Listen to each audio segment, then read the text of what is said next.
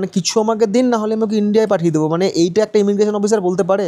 একটা immigration officer তো ভালো রকম বেতন পায়, তাহলে এই ঘুষ ব্যাপারটা বা এই ব্যাপারটা এখানেও চলে? মাটির তৈরি যে পাত্র তৈরি করে সেখানে কিন্তু অনেক কিছু মেশায়, তার একটা প্রধান উপকরণ হচ্ছে এখানকার এই স্যান্ডস্টোন। হঠাৎ করে ওরাও ঘাবড়ে যাচ্ছে আমাকে দেখে, যে এটা কে, হঠাৎ করে এটা কোন গ্রহের পানি এসছে যে আমাদের মাঝখানে করে ক্যামেরা দিয়ে শ্যুট করছে। এই সব বাচ্চাগুলো আমার চুলে হাত দিচ্ছে, তো চুলে হাত দিয়ে ওরা বলছে চুলগুলো কত সফট, কত সুন্দর। এই বাচ্চাটা টুল এনে দিয়েছে আমাদের বসার জন্য। আজ 5ই সেপ্টেম্বর 2025, স্থানীয় সময় অর্থাৎ কেনিয়ার সময় হচ্ছে রাত 12:35। আমাদের গন্তব্য এখন কেনিয়ার জোমো কেনিয়াট্টা ইন্টারন্যাশনাল এয়ারপোর্ট, যেখান থেকে আমাদের ফ্লাইট রয়েছে আদিস আবাবা অর্থাৎ ইথিওপিয়া যাওয়ার। আজ একটু টেনশনেই ছিলাম, শারীরিক কিংবা মানসিক দুটোই বলতে পারেন। মধ্যরাত বা ভোররাতের ফ্লাইট মানেই ঘুমের দফারফা, তার উপর আবার আন্তর্জাতিক থেকে আন্তর্জাতিক স্তরে যাত্রা। এমনিতেও দেশের বাইরে আফ্রিকার কেনিয়াতে রয়েছি, আর এখন যাচ্ছি ইথিওপিয়া, সেটাও আফ্রিকা মহাদেশের আরেকটা দেশ। আর এই দেশ সম্পর্কে খুব বেশি তথ্য আমার বা আমাদের কাছে ছিল না, কারণ এই ধরনের কন্টেন্ট হিন্দি বা ইংরেজি ভাষায় থাকলেও বাংলা ইউটিউবে নেই। বন্য জীবজন্তু আর কয়েকটা ন্যাশনাল ফরেস্ট দেখে নিলে আফ্রিকা দেখা যে সম্পূর্ণ হয় না, সেটা হয়তো দর্শকরা বুঝেই যাবেন আগামী কয়েকটা পর্বে। আর সময় ঘড়ির কাঁটাও আমাদের পিছিয়ে দেবে কয়েকশো যুগ। আমরা ইন্ডিয়া থেকে এসেছিলাম কেনিয়া এন্ট্রি করেছি, আজ আবার কেনিয়া থেকে এক্সিট করে যাব ইথিওপিয়া। বাট ইথিওপিয়া থেকে কিন্তু আমি আবার কেনিয়ায় ফিরে আসতে পারবো না, কারণ সেক্ষেত্রে আবার আমাকে নতুন করে ভিসা করতে হবে, কারণ এগুলো সবই হচ্ছে সিঙ্গেল এন্ট্রি। মধ্যরাতে ক্যাব আমাদের ড্রপ করে দিল নাইরোবির জোমো কেনিয়াট্টা ইন্টারন্যাশনাল এয়ারপোর্টে। ক্যাব থেকে নামার পর যা বুঝলাম, বাইরে ঠান্ডার প্রভাব বেশ ভালো। আর এখানে তো ভয়ানক ঠান্ডা, ওই জন্য শীতের পোশাক মনে হয় আফ্রিকাতে 12 মাস। আমরা যখন কেনিয়াতে এসেছিলাম, কেনিয়ার যে কারেন্সি আমাদের কাছে ছিল, কুড়িয়ে কাছিয়ে সব এক করে নিলাম। যাওয়ার সময় ওগুলো সব আমরা এয়ারপোর্টে দিয়ে এখান থেকে ইউএসডি নিয়ে যাব, কারণ পরবর্তী যে দেশে যাবো সে দেশে তো আর এখানকার কারেন্সি চলবে না। তো সেখানে আবার ইউএসডি নিয়ে গিয়ে সেখানে ইউএসডি ভাঙিয়ে আবার ইথিওপিয়ান কারেন্সিকে বলা হচ্ছে বীর, সেই বীর কারেন্সি নেব। রাত 1:25 এন্ট্রি করলাম এয়ারপোর্টের ভেতরে। এখানে এয়ারপোর্টের বাইরে প্রথমে সবার ব্যাগগুলো রেখে দিন, সব ব্যাগ শুয়ে দিলাম। তারপরে বললো যে সবাই ব্যাগ থেকে 1 ফুট না 1 মিটার দূরে সরে যান। সবাই দূরে সরে দাঁড়ালাম। দুটো বড় বড় নদ সাইজের কুকুর এলো। তাহলে কুকুর দিয়ে এরা চেক করাচ্ছে, সিংহ দিয়ে কেন করান না? সিংহ তো এখানে কুকুরের থেকে বেশি। দিয়ে ব্যাগ ট্যাগ চেক করলো, মানে শুকিয়ে সব চেক করালো। তারপরে ব্যাগ দিল। এবার টার্মিনালে ঢুকবো ভেতরে। তারপরে একবার সিকিউরিটি চেক হলো, ওই ব্যাগ ট্যাগ সব ট্রেতে দিয়ে দিলাম। তারপরে ভেতরে এলাম। এবার এসে দাঁড়িয়েছি হচ্ছে, এটা হচ্ছে ইথিওপিয়ান এয়ারলাইন যে কাউন্টার, চেক ইন কাউন্টার, সেখানে দাঁড়িয়েছি। এখানে আমরা আমাদের চেক ইন ব্যাগ ড্রপ করবো, বোর্ডিং পাস নেব, ইমিগ্রেশন করতে হবে, সিকিউরিটি করতে হবে, তারপর আলটিমেট বোর্ডিং গেটের কাছে পৌঁছে বলবো হ্যাঁ সব ঠিক আছে। ইথিওপিয়ান এয়ারলাইনের ফ্লাইটে আমি এর আগেও ট্রাভেল করেছি, একটা লং ডিস্টেন্স জার্নি। আপনাদের জন্য প্রশ্ন থাকলো যে ইথিওপিয়ান এয়ারলাইনের ফ্লাইটে আমি কোথা থেকে কোথায় গেছিলাম। আপনারা প্রশ্নের উত্তরটা লিখুন কমেন্ট সেকশনে, ততক্ষণ আমি চেক ইনটা করে নিই। প্রথমে আমাকে বললো যে আপনারা কদিনের জন্য যাচ্ছেন, বললো আপনাদের রিটার্ন ফ্লাইটের টিকিট দেখালাম, বললো ওকে। বোর্ডিং পাস ইস্যু করে দিল। তারপরে এলাম ইমিগ্রেশনে শুধু 4টে আঙুলের ছাপ নিল, ব্যাস, আর কোনো ব্যাপার নয়। আমার পাসপোর্টে স্ট্যাম্প মেরে দিল। তারপরে সিকিউরিটি, এখানে সিকিউরিটি কোনো ব্যাপার নেই, শুধু জুতো রাখার জন্য আলাদা ট্রে আছে, জুতো দিয়ে দিলাম, ব্যাগ দিয়ে দিলাম। আমাকে ল্যাপটপ, ফোন টোন কোনো কিছু বের করতে হয়নি, হয়ে গেল। এবার চলে এলাম হচ্ছে, এটা হচ্ছে terminal 1B, zone 2, gate number 13। 3:45 আমাদের ফ্লাইট ছাড়বে, আর আমাদের বোর্ডিং স্টার্ট হবে হচ্ছে 3টে থেকে। তো আমার কাছে ছিল হচ্ছে 8,000 কেনিয়ান শিলিং। তো এয়ারপোর্টের ভেতরে যে কারেন্সি এক্সচেঞ্জ কাউন্টার রয়েছে সেখানে আমি 8,000 শিলিং দিয়ে দিলাম। কোনোগুলো তার কোনো কাজ লাগবে না, আমার পরের দেশে তো আর ওই কারেন্সিতে কাজ হবে না। আর এর বদলে দিল আমাকে হচ্ছে 59 ইউএসডি। এবার আমি গুগলের রেট চেক করছিলাম, আজকে এক্সচেঞ্জ রেট, ওটা মোটামুটি 62 ছিল, মানে 3 ইউএসডি কম পেলাম। আমার মতো যদি আগামী দিনে আপনাদের গন্তব্য আফ্রিকার ইথিওপিয়া বা কেনিয়ার মতো দেশ হয়, সেক্ষেত্রে ওই দেশের টাকা ওখানেই খরচ করে আসুন, না হলে ইউএসডিতে কনভার্ট করে ইন্ডিয়াতে নিয়ে আসুন, কারণ আফ্রিকান কারেন্সি ইন্ডিয়াতে এক্সচেঞ্জ হয়ও না, আর হলেও রেট খুবই খারাপ। আর আজকে 5 তারিখ, আমি 5 তারিখ গিয়ে পৌঁছাবো ইথিওপিয়া। 5 থাকবো, 6 থাকবো, 7 থাকবো, 8 থাকবো। 9 তারিখে আবারও ব্যাক হচ্ছে ইথিওপিয়া থেকে দিল্লি হয়ে কলকাতা, মানে 10 তারিখে বিকাল 3টের সময় আমি হয়তো কলকাতা পৌঁছে যাব। ইথিওপিয়া যাওয়ার জন্য মুম্বাই কিংবা দিল্লি থেকে সরাসরি ফ্লাইট পরিষেবা রয়েছে, আর ইন্ডিয়া থেকে ইথিওপিয়া ফ্লাইট বুক করার ক্ষেত্রে সাহায্য নিতে পারেন উইগো অ্যাপের, কারণ উইগো অ্যাপ থেকে ডোমেস্টিক কিংবা ইন্টারন্যাশনাল ফ্লাইট টিকিট, অ্যাকোমোডেশন সব কিছুই বুক করা যায় ইন্ডিয়ান কারেন্সি ব্যবহার করে। ইন্টারন্যাশনাল ফ্লাইট বুক করার সময় অন্যান্য ফ্লাইট বুকিং অ্যাপ যেমন make my trip, clear trip, is my trip, এমনকি ডিরেক্ট এয়ারলাইন অ্যাপ থেকেও ফ্লাইট ভাড়া কম্পেয়ার করে খুব সহজেই ফ্লাইটের টিকিট বুক করা যায়। নাইরোবি থেকে ইথিওপিয়া আমাদের ওয়ান সাইড ফ্লাইট ভাড়া পড়েছে প্রায় 37,000 টাকা পার পারসন। এদিকে মুম্বাই থেকে ইথিওপিয়ার ফ্লাইট ভাড়া 38,000 টাকা থেকে 42,000 টাকার মধ্যেই থাকে। ফ্লাইট কিংবা হোটেল বুকিং ছাড়াও বিভিন্ন দেশে বেড়াতে যাওয়ার জন্য ট্যুরিস্ট ভিসা বা ই ভিসাও আপনারা সহজে অ্যাপ্লাই করতে পারবেন এই উইগো অ্যাপ থেকে। উইগো অ্যাপ অ্যান্ড্রয়েড এবং iOS দুটো ভার্সানই অ্যাভেলেবেল, যার লিঙ্ক দেওয়া থাকলো এই ভিডিওর ডিসক্রিপশন বক্সে। ইথিওপিয়ার ই ভিসা বা ট্যুরিস্ট ভিসা নিজেরাই করা যায়। খরচ হবে পার হেড 62 USD, বা আমার ক্ষেত্রে খরচ হয়েছে ভারতীয় টাকায় 5,410 টাকা। ই ভিসা করার ক্ষেত্রে অ্যাকোমোডেশন বুকিং, স্থানীয় গাইড বা হোটেলের যোগাযোগের নম্বর, ঠিকানা, একই সঙ্গে রিটার্ন ফ্লাইটের টিকিট এবং সর্বোপরি একটা ঠিকঠাক আইটেনারি, এইগুলো দরকার। ইথিওপিয়ার ভিসা কিন্তু ই ভিসা বাড়িতে বসেই করতে পারবেন, বা কোনো এজেন্টকে দিয়েও কিন্তু করাতে পারবেন, বা কোনো থার্ড পার্টি ভিসা অ্যাপ থেকেও কিন্তু এই ভিসা করাতে পারবেন। ইথিওপিয়া প্ল্যান আপনারা আগামী দিনে করবেন, আগে আমার ব্লগগুলো দেখে নিন, তারপরে প্ল্যান করবেন আগামী দিনে। প্রায় ঘন্টাখানেক ধরে বসে আছি বোর্ডিং গেটের সামনে। এদিকে অনুপম আর শেখরের কোনো পাত্তাই নেই, ফোনেও যোগাযোগ হচ্ছে না। আমাদের ইমিগ্রেশন কিছু আগে পরে হয়েছে, যে লাইনে যেমনটা হয় আর কি। কিছু সময় পরে ওরা এলো। তারপর এই ইমিগ্রেশনের জালিয়াতি নিয়ে যা শুনলাম সেটা এবার আপনাদের সঙ্গে শেয়ার করি। জানি না এই অভিজ্ঞতা আপনাদের কারো কারোর সাথে কোনো দেশে হয়েছে কিনা, কিন্তু আমাদের ক্ষেত্রে এই অভিজ্ঞতা এই প্রথম। আমাদের এখান থেকে ইথিওপিয়া যাওয়ার ফ্লাইট, আমাদের ইথিওপিয়ার ভ্যালিড ভিসা, আমাদের ইথিওপিয়ার অ্যাকোমোডেশন বুকিং, এবং সেই সাথে আমাদের ইথিওপিয়া থেকে ইন্ডিয়া ফেরার ফ্লাইট, ইচ অ্যান্ড এভরিথিং আছে। ইমিগ্রেশনে গেলাম, বললো পাসপোর্ট দেখলো, ওকে, আঙুলে ছাপ দিল, ক্যামেরার সামনে তাকালাম, হয়ে গেল ইমিগ্রেশন। কোনো কোশ্চেন আমি করেনি, অনুপমকে করেনি। বা শেখরকে কোশ্চেন করেছে কোথায় যাবেন, ও বলেছে ইথিওপিয়ার কোথায় যাবেন, কী দেখতে যাবেন, এখানে তো যাওয়া যায় না, এখানে ভিডিও করা যায় না, ছবি তোলা যায় না, হ্যাঁ না তা না, এই সেই। তারপরে বলছে আপনি সাইডে আসুন, শেখরকে সাইডে নিয়ে গেছে ডেকে, অনুপমও ছিল, সাইডে নিয়ে গিয়ে তারপর জিজ্ঞেস করেছে কত টাকা আপনাদের কাছে আছে। তো অনুপম তখন বলেছে আমাদের কাছে $400 আছে। তো বলছে ঠিক আছে, কি বলছে কিছু দিন, এবার হ্যাঁ কিছু আমাকে দিন, নাহলে বলছে কিছু আমাকে দিন, না হলে ওকে আমি ইন্ডিয়া রিপোর্ট করব। মানে কিছু আমাকে দিন, না হলে আমি ওকে ইন্ডিয়ায় পাঠিয়ে দেবো। মানে এইটা একটা ইমিগ্রেশন অফিসার বলতে পারে? ডিপোর্টটা কখন করে? যখন হচ্ছে আমার পাসপোর্টের কোনো বা ভিসাতে কোনো জালিয়াতি আছে। এখানে তো পাসপোর্ট ফ্রেশ, ভিসাও ফ্রেশ, ভিসাতে কোনো জালিয়াতি নেই, তাহলে ডিপোর্ট করার প্রশ্ন করতে উঠবে। তা বলেছে ঠিক আছে $100 নিন। $100 বলছে, $100 ঝামেলা মেটাও। না $100 হবে না, হ্যান ত্যান, এই সেই ভয় দেখিয়ে চাপ দিয়ে লাস্টে $200 নিয়েছে। তা আমি আপনাদের কাছে প্রশ্ন করছি, আপনারা যারা আমার ভিডিও দেখছেন বা আপনারা যারা ট্রাভেল করেন, ইন্টারন্যাশনাল ট্রাভেল করেন, কোনো ইমিগ্রেশন অফিসার কি পারে এইভাবে টাকা নিতে? তো এর বিরুদ্ধে কী ব্যবস্থা নেওয়া যেতে পারে বা কী স্টেপ নেওয়া উচিত সেটা অবশ্যই আমাকে জানাবেন। এবং সেই সাথে যখন আমি কেনিয়াতে এসেছিলাম, এই দেশটা সম্পর্কে, মানুষ সম্পর্কে একটা ভালো ধারণা নিয়ে যাচ্ছিলাম। যদি এক বা একাধিক মানুষকে দিয়ে দেশকে বিচার করা ঠিক না, তবুও একটা দেশ সম্পর্কে বা দেশের মানুষ সম্পর্কে যে ভালো ধারণা ছিল, আজকে সেই দেশটা ছেড়ে যাওয়ার মুহূর্তে আজকে কিন্তু ইমিগ্রেশনের যে ঘটনা ঘটলো, তাতে কিন্তু সত্যি আমার খুব খারাপ লাগছে। একটা ইমিগ্রেশন অফিসার তো ভালো রকম বেতন পায়, তাহলে এই ঘুষ ব্যাপারটা বা এই ব্যাপারটা এখানেও চলে? এয়ারপোর্টের মতো জায়গায় আমরা বিদেশিদের সাথে ভালো ব্যবহার করব, যারা শ্বেতাঙ্গ, যারা প্রচুর ডলার খরচ করবে। আমরা ভারতীয়দের সাথে এরকম বিহেভিয়ার করবো যেখানে লেখা আছে ইন্ডিয়ান পাসপোর্টে ভারতীয়। এলো সত্যি খুব খারাপ লাগলো আজকে।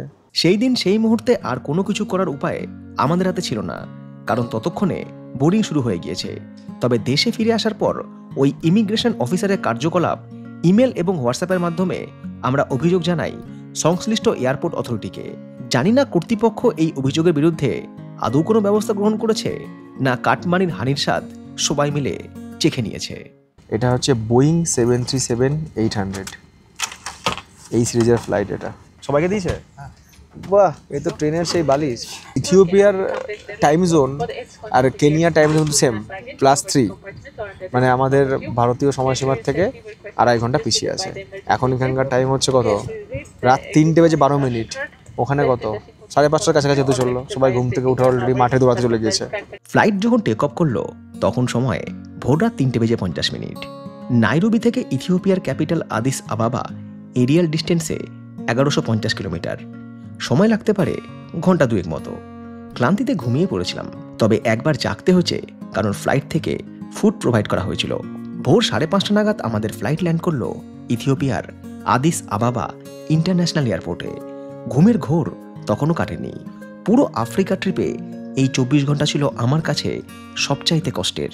ফাইনালি পা রাখলাম আরও একটা দেশ, ইথিওপিয়ার মাটিতে। চোখে এত ঘুম না, ঘুমের ঘোরে শুধু চলছি আর টলছি।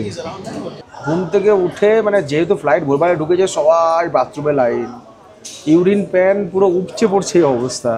যাই হোক, এখানে আমরা আমাদের যা ডকুমেন্টেশন আছে, মানে আমাদের ভিসা বলুন, পাসপোর্ট বলুন, ইয়েলো ফিভার ভ্যাকসিন বলুন, বা যা কিছু আছে টিকিট মিকিট সব বের করে রাখলাম, কারণ এরপরে আবার আমাদের করতে হবে হচ্ছে ইমিগ্রেশন, নতুন দেশে এসেছি, আর অবশ্যই আমাদের লাগেজ কালেকশন। এয়ারপোর্টের এত বড় টার্মিনাল, হাঁটছি তো হাঁটছি, রাস্তা শেষ হচ্ছে না। স্থানীয় সময় সকাল 7:02 আমরা ইমিগ্রেশন করলাম, আমাদের লাগেজ সংগ্রহ করলাম। ইমিগ্রেশনের যে অভিজ্ঞতা হয়েছে, ইমিগ্রেশনে জিজ্ঞেস করলো যে কোথায় যাবেন, বললো আপনাদের বুকিং ডিটেলস দেখান। এবার ইথিওপিয়ার যখন ভিসা আপনি অ্যাপ্লাই করবেন, সেক্ষেত্রে কিন্তু আপনি কোথায় থাকছেন সেই অ্যাড্রেসে দিতে হয়। দিলাম, বললো কদিনের জন্য থাকবেন, বললাম ওয়েলকাম টু ইথিওপিয়া, ঠিক আছে, কোনো চাপ হয়নি। 3 জনেরই হয়ে গেল আমাদের ইমিগ্রেশন, স্ট্যাম্প মেরে দিল। তারপরে নিচে এলাম, নিচে এসে লাগেজ সংগ্রহ করলাম। এরপরে যে বিষয়টা সেটা হচ্ছে যে এই ইথিওপিয়াতে কিন্তু বোল্ট বা উবের চলে না। তো এখানকার যে লোকাল ট্যাক্সি অ্যাপ সেটা ইনস্টল করলাম, এবং স্থানীয় একটা হোটেল রয়েছে, hotel Konark and restaurant Indian, যেখানে যাবো, একটু রেস্ট নেবো, একটু খাওয়া দাওয়া করবো। তারপরে আমরা এর পরবর্তী যে ফ্লাইট যেটা ধরে আজকে আমরা যাবো হচ্ছে, ওটা হচ্ছে ডোমেস্টিক ফ্লাইট, এই ইথিওপিয়ার ডোমেস্টিক ফ্লাইট, যেটাতে যাবো হচ্ছে আমরা জিনকা, যেখান থেকে আমাদের প্রোগ্রামে শুরু হবে। ক্যাব বুক করার ক্ষেত্রে কিন্তু আপনারা ক্যাশও বুক করতে পারেন, অথবা আপনাদের যে ফোরেক্স কার্ড রয়েছে সেই ফোরেক্স কার্ড কিন্তু অ্যাড করে ক্যাব বুক করতে পারেন। বাট আমাদের কাছে কিছু ক্যাশ নেই, আমরা এখান থেকে কিছু ক্যাশ উইথড্র করে নিই আমাদের যে ইউএসডি আছে সেটা দিয়ে। তারপর পরে আমরা বাইরে গিয়ে সিম কার্ড বা অন্যান্য কিছু নিয়ে নেবো। এয়ারপোর্ট থেকে আমরা কারেন্সি এক্সচেঞ্জ করছি। এখন গুগলের রেট হচ্ছে এখানে ইউএসডি এক টু ইথিওপিয়ান বির 143, বাট এয়ারপোর্টে দিচ্ছে 146, গুগলের থেকেও বেশি। আর আপনাদের একটা কথা আমি বলবো যে কারেন্সি এক্সচেঞ্জ কিন্তু বাইরে করবেন না, এখানে কিন্তু প্রচুর জালি নোট পাওয়া যায়। তো কারেন্সি এক্সচেঞ্জ কিন্তু আপনারা এয়ারপোর্ট থেকে করে নিন, লাগবে শুধু আপনাদের পাসপোর্ট। এদের বাইং রেট কত, অফিসিয়াল রেট কত, এই রেটটা দেখে কিন্তু আপনারা এক্সচেঞ্জ করবেন। এখানে একরকম রেট আছে, ওইখানে একরকম রেট আছে, আরেকটা একরকম রেট আছে। তো যে রেটটা আপনাদের মনে হবে বেটারে বেশি পাচ্ছি, সেটাই নেবেন। আমি এখানে টোটাল এক্সচেঞ্জ করলাম হচ্ছে $179, তার বদলে আমি পেলাম হচ্ছে এখানে 26,295 ভির। গুগলের রেট দিচ্ছে 25,611, সেখানে এরা দিচ্ছে 26,295, অনেকটাই বেশি। আর এই হচ্ছে নোট, 5 টাকার নোটও আছে, 10 টাকা আছে, এটা হচ্ছে এখানকার 50 টাকার নোট, এইগুলো হচ্ছে সব এখানকার 100 টাকার নোট, আর এইগুলো একদম নতুন, এগুলো হচ্ছে সব 200 টাকার নোট। এগুলো সব কাজে লেগে যাবে আমাদের। মানি এক্সচেঞ্জ করার পর এবার নেব হচ্ছে সিম কার্ড। আর এখানে যে সিম কানেক্টিভিটি ভালো সেটা হচ্ছে ইথিও টেলিকম। কেনিয়ায় ছিল সাফারিকম, এখানে হচ্ছে ইথিও টেলিকম। তো এখানকার যে প্ল্যান রয়েছে দেখুন, এখানে 3 ডেজ প্ল্যান রয়েছে। 3 ডেজের জন্য হচ্ছে $3, যদি উইকলি প্ল্যান নিই তাহলে হচ্ছে $5। তো আমরা যেটা দেখছিলাম এখানে voice data SMS package weekly mini $5 7 দিনের জন্য 10 GB। আর এখানে কিন্তু সিম নেই, এখানে রয়েছে সব ফিজিক্যাল সিম। আর এখানে পেমেন্ট কিন্তু করতে হবে হয় ইউএসডিতে, না হলে হচ্ছে কার্ডে। এয়ারপোর্টের বাইরে বেরিয়ে এসে এখানে ক্যাব বুক করলাম। এই ক্যাবটা এখানে আছে, এই যে এখান থেকে আসছে, আমাদের ওই উবেরের মতোই। 6 মিনিট লাগবে এখানে আসতে। এখন এখানেই বেজে গেল 8টা। কখন হোটেল যাব, কখন ফ্রেশ হবো, কখন এসে আবার পরবর্তী ফ্লাইট ধরবো। পূর্ব আফ্রিকার 10টি দেশের মধ্যে একটি ইথিওপিয়া, যার রাজধানী শহর আদ্দিস আবাবা। জনসংখ্যার নিরিখে এই ইথিওপিয়া আফ্রিকা মহাদেশের মধ্যে দ্বিতীয় বৃহত্তম। ইথিওপিয়া আফ্রিকার প্রাচীনতম দেশ, যা কোনোদিন কোনো ঔপনিবেশিক শাসনের অধীনে ছিল না। ইথিওপিয়া পৃথিবীর এমন এক দেশ যাদের ক্যালেন্ডারে 12 মাসের পরিবর্তে রয়েছে 13 মাস, কারণ এরা প্রাচীন গ্রেগরিয়ান ক্যালেন্ডার ফলো করে। সেই কারণে এখন আমাদের এখানে 2025 সাল, আর ইথিওপিয়াতে 2018 সাল। ইথিওপিয়া তার নিজস্ব সময় মেনে চলে। এখানে 24 ঘন্টার পরিবর্তে 12 ঘন্টাকে কাউন্ট করা হয়।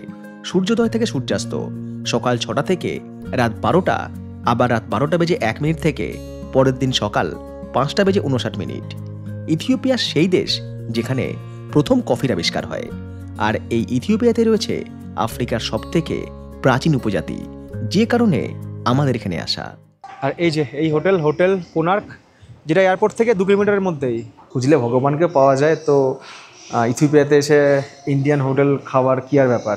তো মুম্বাসায় আমার যে দর্শক বন্ধুর সঙ্গে দেখা ছিল, যারা মুম্বাসার ব্লগ দেখেছেন, সৌম্য, ও এখানকার নাম্বার দিয়েছিল। এখানে একজন ওড়িয়া ভদ্রলোক রয়েছেন, উনি হোটেল চালান, একদম ইন্ডিয়ান এখানে। তো এখানে ইন্ডিয়ান খাওয়াও পাওয়া যায়।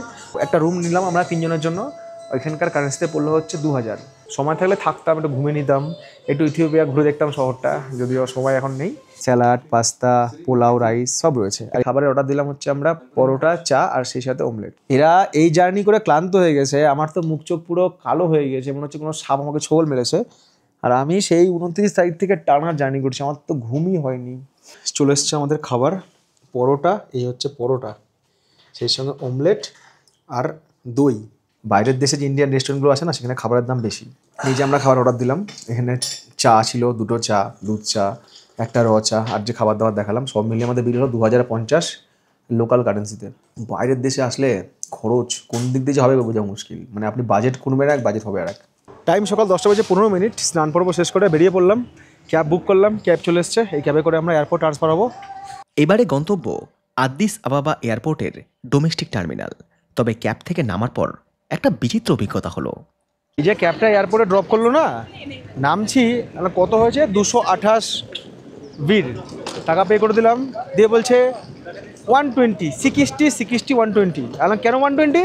বলছে এই যে দুটো বড় বড় লাগেজ নিয়ে এলাম ডিগি করে, তার জন্য। আলাম ভাই কোথায় লেখা আছে? বলছে কল অফিস। আলাম ভাই আমি কোনো অফিসে কল করবো না, আমাকে তুমি বিল দাও, আমি তবেই তোমাকে 120 দাও, 120 বিল দেবো, নাহলে দেবো না। আলাম ভাই ক্যামেরা বার করে ভিডিও করো তো, দিয়ে আর কিছু বললো না, গো লেটস গো। ভিন দেশে এসে চোখ কান খোলা না রাখলে হয়তো প্রতি মুহূর্তে হতে হবে প্রতারণার শিকার। স্থানীয় সময় সকাল 10:45 এয়ারপোর্টে ঢুকলাম। প্রথমে তো একবার গেটে দেখলো হচ্ছে আমাদের টিকিট, বোর্ড আর হচ্ছে পাসপোর্ট। এবার ব্যাগ স্ক্যান করতে গিয়ে ধরুন সবাই কী করে, মানে পরপর লাইনে ধরে একটা একটা করে ব্যাগ দিই, ট্রে দিই। বাট এখানে কী হচ্ছে, এখানকার যে লোকাল লোক না, তারা এসে লাইন ব্রেক করছে, ধাক্কা দিয়ে করছে, ঢুকিয়ে দিচ্ছে এখানে ওখানে, তেবর নিচ্ছে আমার উপরে। আপনারা লাইনে দাঁড়া, লাইন মেনটেন কেন করছেন না? আশ্চর্য ব্যাপার, আমরা তো সব লাইনেই আছি। দিয়ে যাই হোক চেক ইন, মানে ওই স্ক্যান মেশিনের মধ্যে ব্যাগ এলো, দিয়ে এখানকার যারা দুজন ফিমেল আর কি সিকিউরিটি স্টাফ রয়েছে, লোকাল লোকদের ব্যাগ চেক করছে না, আমাদের ব্যাগ বলছে এটা কি ওটা কি। আপনি বার করে সব দেখুন, খাবারের ব্যাগ রয়েছে, মুড়ি রয়েছে, চিড়ে ভাজা রয়েছে, বলছে এগুলো কি? All for food for monkey. হাসছে, দিয়ে বলছে ওকে ওকে ইউ ক্যান গো। এইসব দেশে ইমিগ্রেশন থেকে সিকিউরিটি সব জায়গাতে অ্যাটিটিউড আর কনফিডেন্স রাখতে হবে। কনফিডেন্স হারালে বা লুজ টক করলে তখনই ওরা চেপে ধরবে। তবে একটা কথা কিন্তু প্রতি মুহূর্তে মানতে হবে যে আমরা এখন যে দেশটা এসেছি, এটা কিন্তু আফ্রিকার যেমন দরিদ্র দেশ, তেমনি কিন্তু অনেক পিছিয়ে পড়া দেশ। অনেক কিছু দেখতে হবে, অনেক কিছু বুঝতে হবে, যেগুলো হয়তো আমরা ভাবিনি এই 21 সেঞ্চুরিতে এসে। ইউরোপিয়ান কান্ট্রির ভিসা পাওয়া কঠিন, কিন্তু ঘোরা সহজ। আফ্রিকান কান্ট্রির ভিসা পাওয়া সহজ, কিন্তু ঘোরা একটু কঠিন আছে। আদিস আবাবা এয়ারপোর্টটা না সব থেকে বড় এয়ারপোর্ট ইথিওপিয়ার। এখানে ট্রেন কম চলে, ট্রেন লাইন কম আছে, ফ্লাইট বেশি চলে, সব জায়গাতেই ছোটো বড় এয়ারপোর্ট আছে। তো তেমনই একটা এয়ারপোর্ট, একটা জায়গা হচ্ছে জিনকা। সেই জিনকার পথে আমাদের এখানে ফ্লাইট রয়েছে। এখন বাজে 10:50, আমাদের 11:50 থেকে বোর্ডিং শুরু হবে। হাওড়া স্টেশনের থেকেও বেশি ভিড় হচ্ছে আদিস আবাবা এয়ারপোর্টে ডোমেস্টিক ডিপার্চারে। কারণ ফ্লাইট হচ্ছে এখানকার আমাদের ওখানে ট্রেন বাসের মতো। যারা আফ্রিকা বেড়াতে আসে, আফ্রিকা কিন্তু মানুষ দুটো জিনিস দেখতে আসে, একটা হচ্ছে মাসাই ভিলেজ বা মাসাইদের জীবনযাপন, আরেকটা হচ্ছে আফ্রিকান অ্যানিম্যালস। বাট আফ্রিকায় এখনও এমন অনেক জায়গায় আছে যেখানে ট্রাইবরা কিন্তু আজও সে আগের মতোই আছে, যারা আমাদের জীবনযাপন বা আমাদের এই যে আমরা 21 সেঞ্চুরিতে জীবন কাটাচ্ছি, বা আমরা যে 21 সেঞ্চুরিতে রয়েছি, এই আলো থেকে বা এই সভ্যতা বা প্রযুক্তির এই আবহমান ধারা থেকে কিন্তু অনেকটাই পিছিয়ে। তো কেমন সেই ট্রাইবদের জীবন, যেমন আপনারা দেখেন না, শিকার করছে, খালি গায়ে ঘুরছে। এই যে আফ্রিকার যে ট্রাইব, বিভিন্ন রকম ট্রাইব, সেই ট্রাইবদের দেখতে গেলে কিন্তু আসতে হবে ইথিওপিয়া। এই জন্যই কিন্তু আমরা আমাদের ট্রিপকে দুটো ভাগে ভাগ করেছি। আমরা যেমন একদিক থেকে বন্য জন্তু সব দেখেছি বিভিন্ন ন্যাশনাল ফরেস্টে, তেমনি এই ট্রিপে এবার ইথিওপিয়াতে আমরা প্রায় 4 দিনের ট্রিপে দেখব বিভিন্ন রকম ট্রাইব, এবং যেগুলো নিয়ে হয়তো বাংলায় ব্লগ এখন অবধি আসেন। আপনাদেরকে এমন একটা পৃথিবীর সাথে আজ পরিচয় করাবো, যে পৃথিবী দেখার পর আপনাদের মানে অনেক ধারণা পাল্টে যাবে যে সত্যি আজও পৃথিবীতে কোনো মানুষ আছে। আজ আমরা প্রযুক্তি থেকে ফিরে যাব হচ্ছে প্রাচীনের দিকে। সময় বেলা 11:59, 12:20 আমাদের ফ্লাইট রয়েছে আধ ঘন্টা বাদে জিনকার জন্য আদিস আবাবা থেকে। দাঁড়িয়ে পড়েছি বোর্ডিং লাইনে, এখানে লোকাল লোকও রয়েছে, সেই সাথে ফরেনারও রয়েছে। আর এই হচ্ছে সব এয়ারলাইনের বাস, এই বাসগুলো করে নিয়ে যাওয়া হবে হচ্ছে যেখানে ফ্লাইট দাঁড়িয়ে আছে সেখানে। ইথিওপিয়ার ক্যাপিটাল আদিস আবাবা থেকে আমাদের গন্তব্য জিনকা। নগরায়ণ থেকে সবুজ বনভূমি কিংবা বন জঙ্গল, সারাদিনে একটা ফ্লাইটে চলাচল করে। এরিয়ার ডিস্টেন্স 530 কিলোমিটার, সময় লাগে 1.5 ঘন্টা। প্রায় একই দূরত্ব সড়কপথে সময় লাগে 12 ঘন্টার কিছু বেশি। বলার অপেক্ষা রাখে না যে আমরা এক বিচ্ছিন্ন এলাকার দিকে রওনা দিচ্ছি। কেনিয়া থেকে ল্যান্ড বর্ডার ক্রস করে ওই এলাকায় যাওয়া যায় ঠিকই, তাতে খরচও অনেকটাই কম। কিন্তু সেক্ষেত্রে সময় অনেক বেশি লাগে, আর ই ভিসা নিয়ে ল্যান্ড বর্ডার ক্রস করার ক্ষেত্রেও রয়েছে অনেক লাফড়া। আমরা যেখানে যাচ্ছি ওখানে পৌঁছানোর জন্য মানে এই কানেক্টিং ফ্লাইটটা ভীষণ দরকার ছিল, তার জন্য আমাদের ভোরবেলার মানে ফ্লাইট ধরে আসতে হয়েছিল যে আমরা নেমে খানিকক্ষণ এখানে ওয়েট করবো, তারপরে এই ফ্লাইটটা ধরবো, তবেই আমরা আজকে দুপুরবেলা ওখানে পৌঁছাবো, কারণ ওটা ইথিওপিয়া থেকে অনেকটাই দূর। জিনকাতে বাস যায়, তো সময় অনেক বেশি লাগে, আর এই আফ্রিকার ওই সব রাস্তায় না বাস চলাচল করাটা সেফ নয়। এমনিতে ইথিওপিয়া যে খুব ভালো জায়গা সেটা নয়, শহরের দিকটা ভালো, কিন্তু যখন আমরা রুরাল সাইডে চলে যাব তখন কিন্তু বাস জার্নি করাটা খুব একটা সেফ নয়। ওই জন্যই আমরা ফ্লাইটের টিকিট বুক করেছিলাম। ফ্লাইট ছাড়বে হচ্ছে 12টা 20, পৌঁছাবে হচ্ছে 1টা 35, আর আমাদের জার্নি হবে টোটাল 1 ঘন্টা 15 মিনিটের। সোয়া 1 ঘন্টার এই ফ্লাইট জার্নিতে দেখানোর মতো তেমন কিছুই নেই, কারণ আকাশ মেঘলা। তবে খাবার মতো কিছু জিনিস ছিল যেগুলো ফ্লাইট থেকে প্রোভাইড করা হয়েছিল। ঠিকই আছে, 1 ঘন্টা তো ফ্লাইট। ফ্লাইট যখন টেক অফ করেছিল তখন দূর দূর অবধি দেখেছিলাম কংক্রিটের জঙ্গল আর বড় বড় অট্টালিকা। জিনকার কাছাকাছি পৌঁছে ফ্লাইট ল্যান্ড করার সময় দেখি চারিদিকে সবুজ বনভূমি আর ছোট বড় সব পাহাড়ে ঘেরা উপত্যকা ওমো ভ্যালি। যে ওমো ভ্যালি এবং ন্যাশনাল পার্ককে কেন্দ্র করেই আমাদের পরবর্তী প্রোগ্রাম।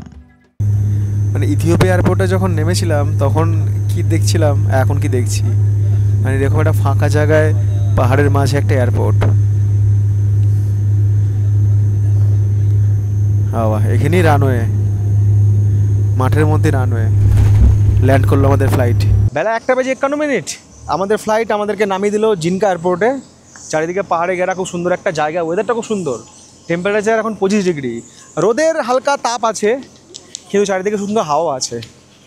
আর আমাদের লাগেজ আমাদের পেছন পেছনেই আসছে, আমরা আপাতত যাই। এখানে তো আর ইমিগ্রেশন করার কোনো ব্যাপার নেই, কারণ ডোমেস্টিক এয়ারপোর্ট, আমরা ডোমেস্টিক থেকে ডোমেস্টিকে ট্রান্সফার হলাম। ছোট্ট ফ্লাইট, মালপত্র নামাবে তারপরে স্টার্ট হবে। ট্রলিও রয়েছে, ছোট্ট এয়ারপোর্ট। একটাই প্লেন দাঁড়িয়ে আছে এই ইথিওপিয়া থেকে জিনকা, জিনকা থেকে আরবে মিনছো ইথিওপিয়া, এই কানেক্টিভিটিটা করা, মানে এই ওমো ভ্যালি আমরা কভার করবো না, এই কানেক্টিভিটি করা আমাদের অনেক প্রবলেম হয়েছিল। তার জন্য আমাদের প্রোগ্রামটা কেনিয়ার পর থেকে একটু হেট্রিক হয়ে গিয়েছে। পেয়ে গেছি আমরা আমাদের লাগেজ, চলুন বেরোই এয়ারপোর্টের বাইরে। কোথায় গেল আমাদের গাইড সাহেব? বাহ, এয়ারপোর্টের বাইরেটা কি সুন্দর দেখুন। জিনকায় আমাদের গাইড স্থানীয় ছেলে এবি। যদিও এবি নামের পুরো অর্থ কখনো জানার চেষ্টা করিনি। এবির সাথে বহুদিন ধরে কথা হচ্ছে আমার। অ্যাকচুয়াল প্রিয়মি আমাকে এবির সাথে কন্ট্যাক্ট করে দিয়েছিল। আমাদের হচ্ছে গাড়ির চালক। নমস্তে নমস্তে। গুচি ওর নাম গুচি। মেরা নাম গুচি হে ভাই, আলাদাই হাইপ তো এখানে। ইথিওপিয়ার লোকজন হিন্দি বলছে, ভাবা যায় হিন্দি গান শুনছে। তো এই আমাদের গাড়ি, যে গাড়ি চড়ে আমরা ঘুরবো হচ্ছে ওমো ভ্যালি। কোথায় ছিলাম? বহরমপুর, পশ্চিমবঙ্গ, আর কোথায় আফ্রিকার জিনকা। কত দূরে চলে এসেছি। তো জিনকা হচ্ছে এখানকার সেন্টার পয়েন্ট, দোকানপাট সব কিছু কিন্তু এখানেই রয়েছে, বাজার টাজার। জিনকার যে মেন ট্রাইব এটা হচ্ছে আরি ট্রাইব। তো আজকে আমরা সেইটা দেখতে যাবো। এখানে কিন্তু আমরা লাক্সারিয়াস 4 স্টার 5 স্টার হোটেল এইসব এক্সপেক্ট করতে পারি না। এখানকার জায়গা অনুযায়ী হোটেল আমরা এখানে বুক করিয়েছি। আমাদের অ্যাকচুয়াল 2টো রুম দিয়েছে, যেহেতু একটা করে বেড আছে। রুম কিন্তু যথেষ্ট বড়। 1 রাত আমরা স্টে করবো। স্থানীয় সময় বিকেল 4:30 এসে একটু ঘুমিয়ে পড়েছিলাম, তারপরে কাজ করছিলাম। এই করতে করতে না খাবারের অর্ডার দিতে ভুলে গেছি। তো অ্যাবি বলেছিল যে এখানে খাবার অর্ডার দিয়ে দিতে। যখন খাবার অর্ডার দিতে গেলাম তখন দেখছি এখানে বেশিরভাগ আইটেমে বিফ রয়েছে। অ্যাকচুয়াল আমরা আগে থেকে খাবারের কথা কিছু বলিও নি, আর এখানে আমাদের থাকার কথা ছিলও না। তো বললাম চিকেন, বললো চিকেন এখন হবে না। বললাম ঠিক আছে, অসুবিধা নেই, আপনারা রাত্রেবেলা চিকেন দিয়ে দিন, এখন আমাদেরকে তাহলে কী দিতে পারবেন? বললো কী খাবেন? বললাম যে মানে ওরাও ঠিক না, ইংরেজিটাও বোঝে না, একটু অসুবিধা হচ্ছে, আমাকে ট্রান্সলেট করে কথা বলতে হচ্ছে। গুগল খুললে ছবি দেখিয়ে বুঝিয়ে দিলাম। তো সব কিছু দিয়ে গিয়েছে, দেখাই আপনাদেরকে। বেলা এখন 4:30, এই বেলায় ভাত খেতে হবে। এরকম করে সুন্দর অমলেট বানিয়ে দিয়েছে, বেশ পেঁয়াজ টেয়াজ দিয়ে, লঙ্কা টঙ্কা দিয়ে। সেই সঙ্গে এরকম হচ্ছে এখানকার ভাত আর আলু সেদ্ধ, লবণ দিয়ে গেছে, আর আমার কাছে ঘিও আছে। আবি, where are you going now? Actually, we are right now going to the Ari tribes village. খাওয়া দাওয়ার পর্ব শেষ করতে করতেই বিকেল হয়ে গেল।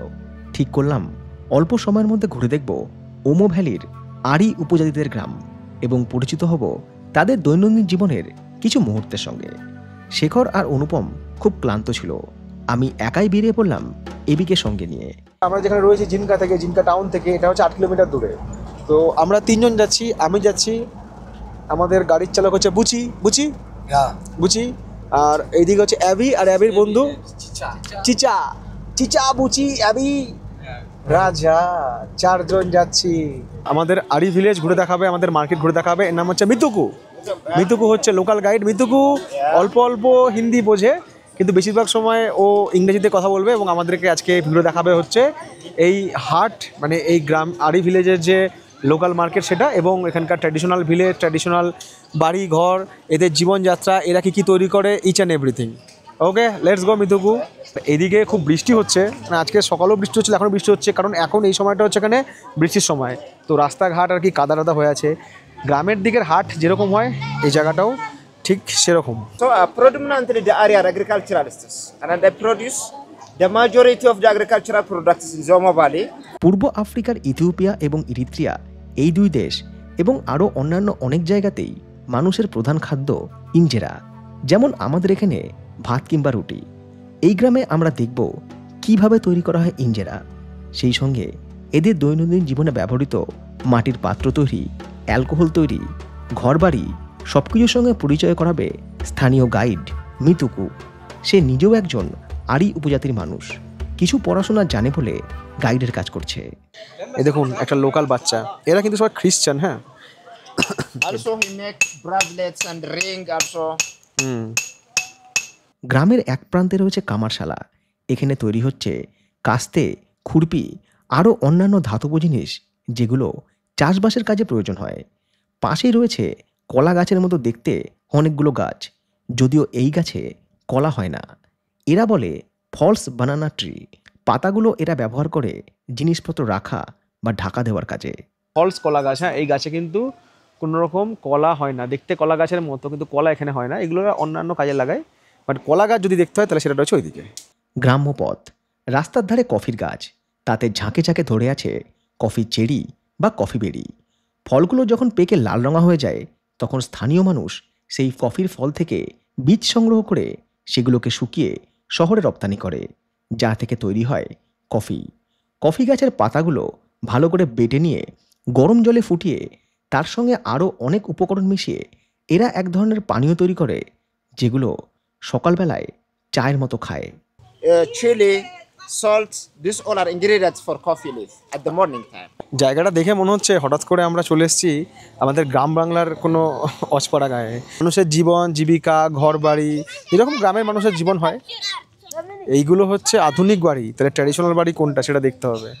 রাস্তাঘাট দেখেছেন? এই রাস্তায় কবে পিচ হবে কেউ জানেন না।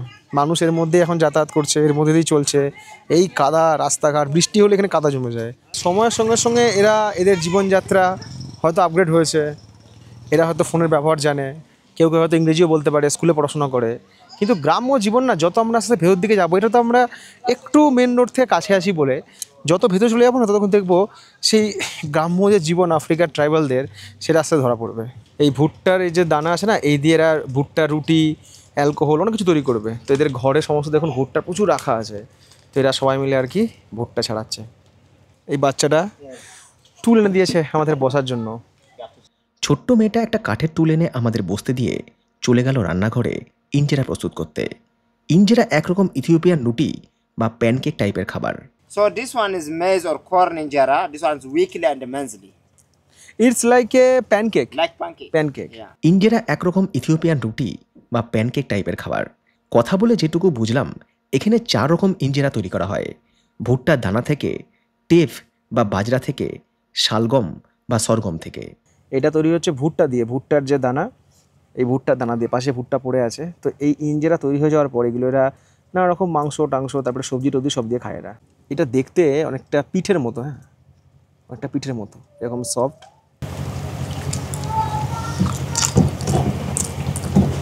বুঝলাম মিষ্টি হবে কিংবা একটু কেকের মতো হবে, তা নয়, একটু ডিফারেন্ট খেতে। এদের হয়তো ভালো লাগে, আমার মুখে আজকে প্রথম। আফ্রিকা অনেক কিছু, মানে আফ্রিকা একবার ঘুরে সব দেখা যাবে না, অনেকবার আসতে অনেক জায়গায়, তবে আপনি একটা অন্য দেশের কালচারের সঙ্গে পরিচিত হবেন।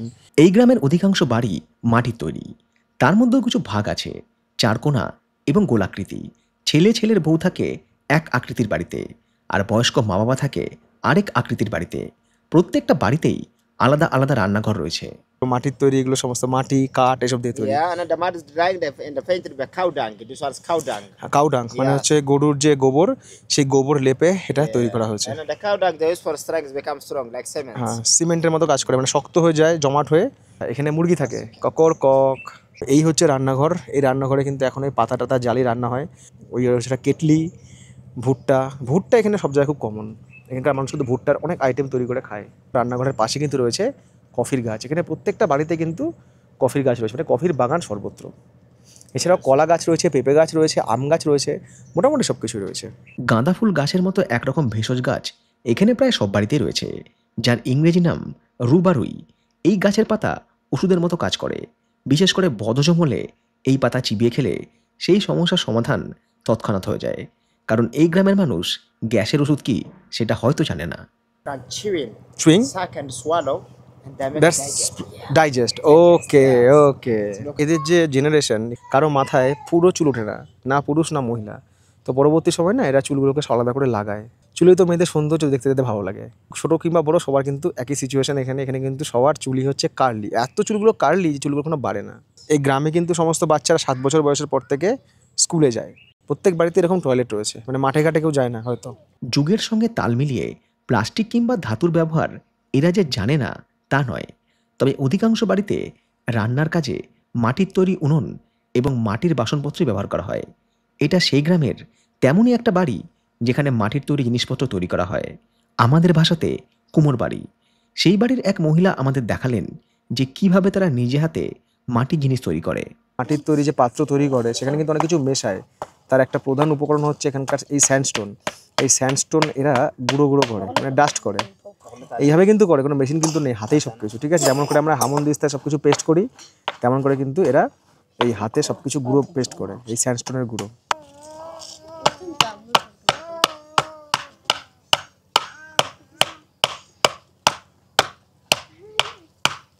কাছেই কোনো নদীর ধার থেকে এরা সংগ্রহ করে নিয়ে আসে এক ধরনের বেলে মাটি।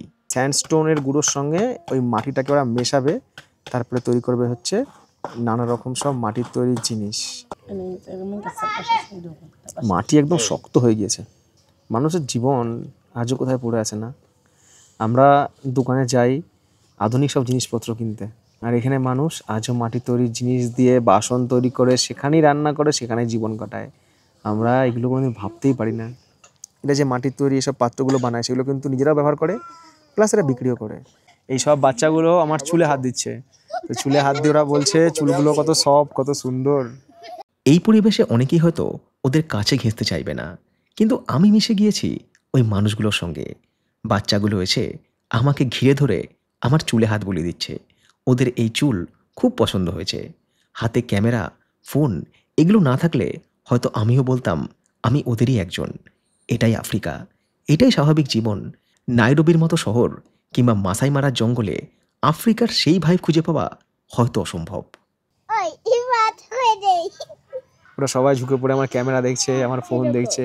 কারো আমার ক্যামেরা পছন্দ হয়েছে, কারো আমার ফোন পছন্দ হয়েছে, ওদের কারো আমার চুল পছন্দ হয়েছে। এই যে মাটির তৈরি পাত্র তৈরি হলো, এবার এটাকে এরা রোদে শুকাবে। রোদে শুকানোর পরে তারপরে এতে রং করবে। রং করার পরে কিন্তু এটা একদম প্রস্তুত হয়ে যাবে। এই বাচ্চাগুলো পড়াশোনা করবে, কদিন পরে স্কুলে যাবে, তো ওদের জন্য কিছু আমি দিলাম। ওদের জন্য মিতকো স্কুলের খাতা, পেন্সিল এইসব কিনে এনে দেবে ওদেরকে। ঠিক আছে, পড়াশোনা করার জন্য ওদের। আর এই যে দিদি বানাচ্ছে, আমাকে বানিয়ে দেখলো, তাকেও কিছু আমি হেল্প করার চেষ্টা করলাম। আমার মনে হয় যে এই ভিডিও দেখার পর যখন আপনারাও আসবেন, আপনারা ওদেরকে কিছু না কিছু হেল্প করবেন, তো ওদের জীবন অনেক আপগ্রেড হবে। বাচ্চাদের পড়াশোনা বলুন, সব কিছু বলুন। আমি তো আবারও নেক্সট ইয়ার আসবো ইথিওপিয়া। এখানে অনেক একটা বড় উৎসব হয় এখানকার ট্রাইবালদের, সেটা দেখতে আসবো। তো তখন যদি কেউ চান আমার সাথে অবভিয়াসলি জয়েন করতে পারে। This is not group tour, just for personal interest. এই হচ্ছে বার, এখানকার লোকাল, যেখানে তৈরি হচ্ছে দেশি মদ বা অ্যালকোহল। এগুলো কিন্তু সবাই খাচ্ছে। এটাকে এক কথায় বলা যেতে পারে যে শুঁড়িখানা, যেখানে সবাই আর কি বসেছে সারাদিনের পর কাজকর্ম করে ফিরে, এবং এরা সবাই একটু আর কি অল্প বিস্তর মদ্যপান করছে, সারাদিনের ক্লান্তি দূর করছে। মানে এটাই রাস্তার ধারে এদের বার, যেখানে তৈরি হচ্ছে মদ। Now we see then how to make this alcohol there. Yes, At the first they collect maize. মিতকো ব্যাখ্যা করে বলছিল কিভাবে তৈরি হয় এই লোকাল বিয়ার। হপস হচ্ছে এক ধরনের ফুল। মোরিঙ্গা বা সজনে পাতা, ভুট্টার দানা, আদা, রসুন আরও কিসব উপকরণ মিশিয়ে সেগুলো পেস্ট করে 3 দিন ধরে ওই পাত্রে জাল দেওয়ার পর ফোঁটা ফোঁটা বাষ্পীয় জল আরেকটা পাত্রে জমা হয়ে তৈরি হয় লোকাল বিয়ার। এখানে কিন্তু পুরুষ মহিলা সবাই আর কি মদ্যপান করে। মাংস টাংস খাওয়ার পরে বলে না হজম করার জন্য আমরা কোল্ড ড্রিঙ্কস খাই, তোরা এর একটু আর কি মদ্যপান করে। দেখুন এদের জন্য তো আর ওই বড় বড় রেস্তোরাঁ, 5 স্টার হোটেল, রিসর্ট এসব তো নেই না এদের এখানে, তবু এরা বাঁচে। হয়তো শহরের থেকে অনেক দূরে, তবু এই অল্প বিস্তর জায়গায় হালকা হালকা গান চালিয়ে সকাল সন্ধ্যা হয়তো একটু সবাই মিলে একসাথে বসে আড্ডা করতে মারতে মারতে যখন আমরা যেমন চা খাই তেমনি একটু হালকা মদ্যপান করে। আমি তো খাই না, আমি আপনাদেরকে টেস্ট বলতে পারবো না, বাট আমাকে জোসেফ একটু বললো স্মেল নীল, অনেকটা তারির মতো মনে হলো। বহুদিন আগে এক বন্ধু তারি খেয়েছিল, তারি খেয়ে আমাকে বলছিল দেখ তারির গন্ধ কীরকম, তো সেই গন্ধটা না আজও নাকে লেগে আছে, তো সেরকমই একটু আর কি ফিল হলো। আবারও একটা সন্ধ্যা নামতে চলেছে এই অডি ভিলেজে, সবাই আর কি বাজার টাজার করে এখান থেকে ফিরছে। হঠাৎ করে ওরাও ঘাবড়ে যাচ্ছে আমাকে দেখে যে এটা কে, হঠাৎ করে এটা কোন গ্রহের প্রাণী এসছে যে আমাদের মাঝখানে করে ক্যামেরা দিয়ে শ্যুট করছে। তো চলুন শেষবেলা একবার দেখিতে আপনাদেরকে এখানকার মার্কেট, এখানকার বাজার, যেখান থেকে স্থানীয় মানুষজন বাজার করে, এখানকার স্থানীয় ছেলেপুলে সব বিলিয়ার্ড খেলে। এখানে এতটাও স্মার্টফোন এখনও ফেমাস হয়নি যে সবার হাতে হাতে স্মার্টফোন থাকবে, সবাই পাবজি খেলবে। তো মার্কেটে কী বিক্রি হচ্ছে? ভুট্টা, আর সেই সঙ্গে হচ্ছে কলা। এখানে কলা প্রচুর পাওয়া যায়, আর এখানে যে কলা গাছের পাতা রয়েছে না, সেই পাতায় সব জিনিসপত্র রেখে এরা আর কি বিক্রি করে। এই হচ্ছে আফ্রিকার হাট। এই সন্ধ্যাবেলায় আমরা এসেছি হাটে, যখন মানুষজন এই হাট থেকে নানা রকম জিনিসপত্র কিনছে। কোথাও বিক্রি হচ্ছে কলা, কোথাও বিক্রি হচ্ছে কফির বীজ, প্রচুর ভিড়, কোথাও সবজি। সবাই হাট থেকে জিনিসপত্র কিনে বাড়ি ফিরছে। স্থানীয় যারা লোকজন তারা এখান থেকে সব সবজি টবজি কেনে। এই দেখুন লঙ্কা, কফি, ছোটো ছোটো লঙ্কা, খুবই ঝাল এগুলো।